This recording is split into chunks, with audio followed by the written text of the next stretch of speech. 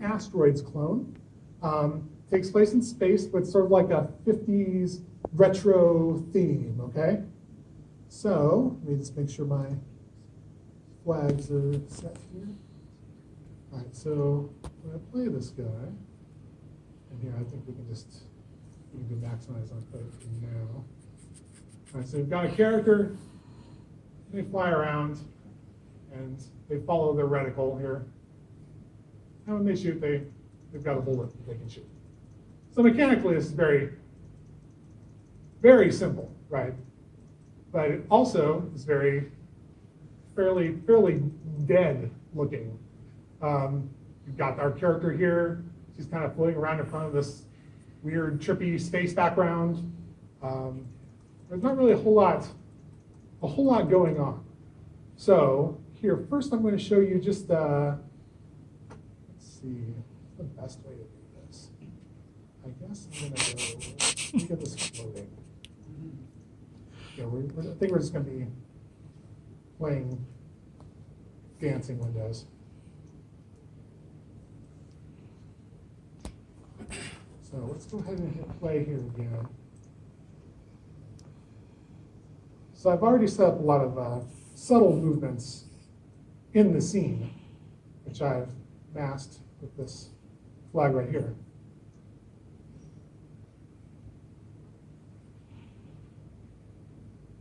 So now we've got the rings doing things. We've got our smoke in the background is moving around. It's got a small like a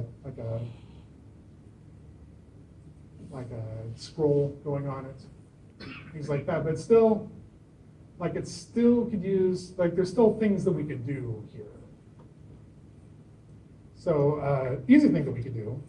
We've got like this big Saturn type world here in the background.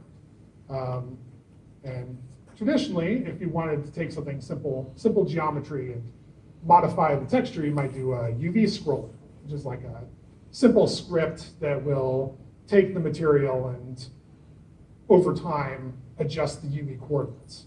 And if we look at, let's see the scene over here, like this guy over here, this little moon guy, he actually has a little UV scroll. I went ahead and made one just for illustration purposes.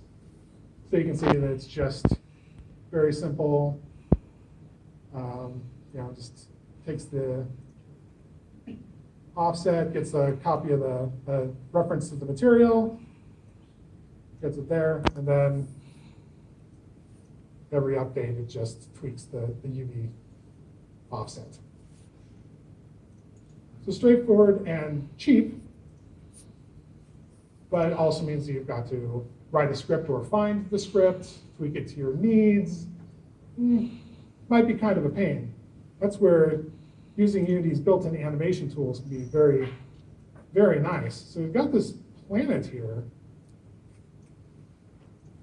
Let's go ahead and drop into the animator. So I've got a lot of my scene is already keyed in here, but we can, this thing will pick up keyframes for almost anything. It's very, very, very useful for quickly blocking in movement. So we'll just turn on auto key here. All right, with our planet here, it's 2 layers. It's the planet mesh, and then I also have this planet storms on top of it, which is kind of it's like 1 layer on top, and then this guy actually, I thought he looked a little weird. His material got, there we go, that's better. All right, so it's in these 2 layers. So for these storms, let's go ahead and animate those guys. All right, with the auto key, it's going to pick up any rotation that we do here. But what we can also do, if we don't want to rotate it, we can also do the UV scroll, but we can actually key the material. So we can come down here to our offset, and you see that's going to turn red and pick up a keyframe. So it's so I can just come to the end of the animation here, If I want it to loop, then it needs to end basically on a full integer. So maybe it's going to scroll, 10 times. And we can hit play, and we can see now our clouds. We've added some motion to it. But you'll notice that when we played it, it kind of picked up weird. It's because when it auto keys, it's not necessarily going to give it linear motion like it does a slow in, slow out by default, which for some things is good, but if you're doing any kind of a looping animation, you want to make sure that these are going to match, right? So each keyframe, you've got your handles here. You also want to make sure they're linear. You could also just select if I grab, let's see here, let's do this. Let's see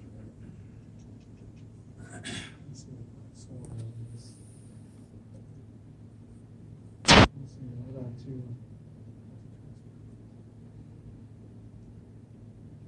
Oh, that's for there. Oh. Let's go ahead and just grab both of these guys. So I want that guy, and I want that guy. I can grab them both, and I can just set them to linear.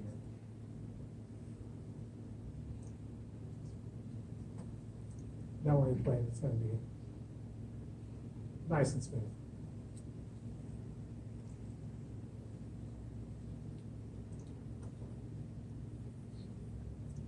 So adding those little small details in can really help. Whether it's the cloud cover on the planet, or these rings, or even the stars flickering in the background, which I'm not sure how clear that was.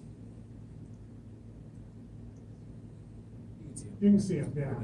Yeah, the projectors, it's a little, even this laptop's a little different colors I'm used to. So you look at the background there, those clouds they're going crazy. So there's a reason why I call it small moves, because when something is moving quickly, or when there's a large change in action, it's going to draw the eye to it. So you specifically want to use large changes to draw attention to something. So this, we don't necessarily want it to draw attention to the background. That's just a background element. So in that case, I'd probably just come back in here to our storms.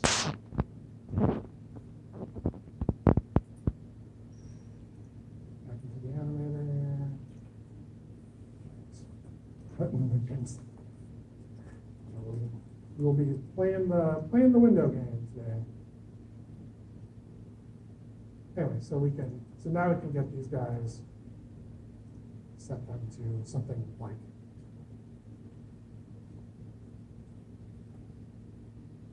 1.5. That'll be a much more.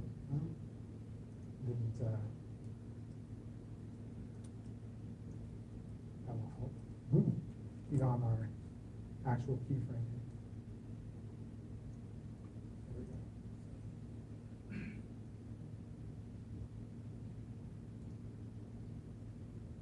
There we go. That's more in line with what. So you can see how nice and slow. All right. So let's go ahead and pop back over here. Now we're going to go to number 2, which is sort of actually I probably don't need to do this. So the animator can do a lot. So it's sort of